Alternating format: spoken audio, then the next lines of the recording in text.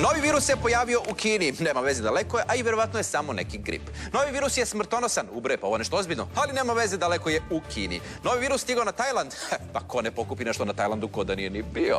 Domaći stručnjaci tvrde da su virus napravili Amerikanci da napakoste Kinezima. Virus stiže u Ameriku. Domaći stručnjaci tvrde da su virus napravili Kinezi da napakoste Amerikancima. Virus stiže u Evropu. Šta nas briga, daleko smo mi od Evrope. Virus stiže u Italiju, pote pa to blizu.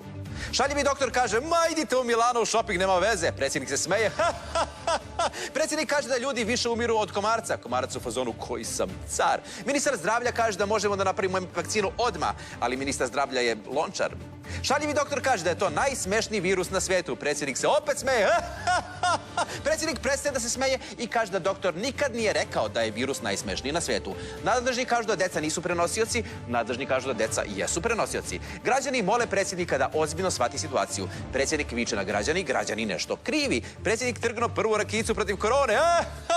Nadležni kažu da deca moraju u školu. Nadležni kažu da deca nikako ne smeju u školu. Građani traže da se uvede vanredno stanje. Predsjednik kaže da nema potrebe i viče na građane. Građani opet nešto krivi. Predsjednik uvodi vanredno stanje. Predsjednik trgnuo drugu rakijicu protiv korone. Građani paniče, kupuju sav toalet papir. Pa nije vanredno sranje. Vanredno stanje. Šta vam je, ljudi?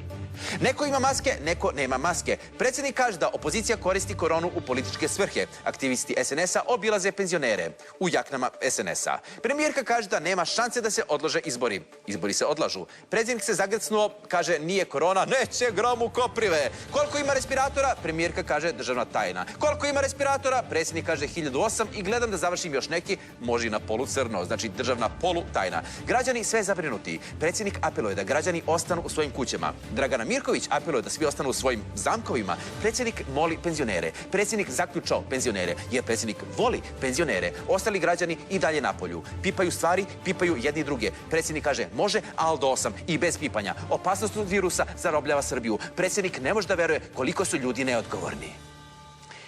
I evo nas sada tu gde smo.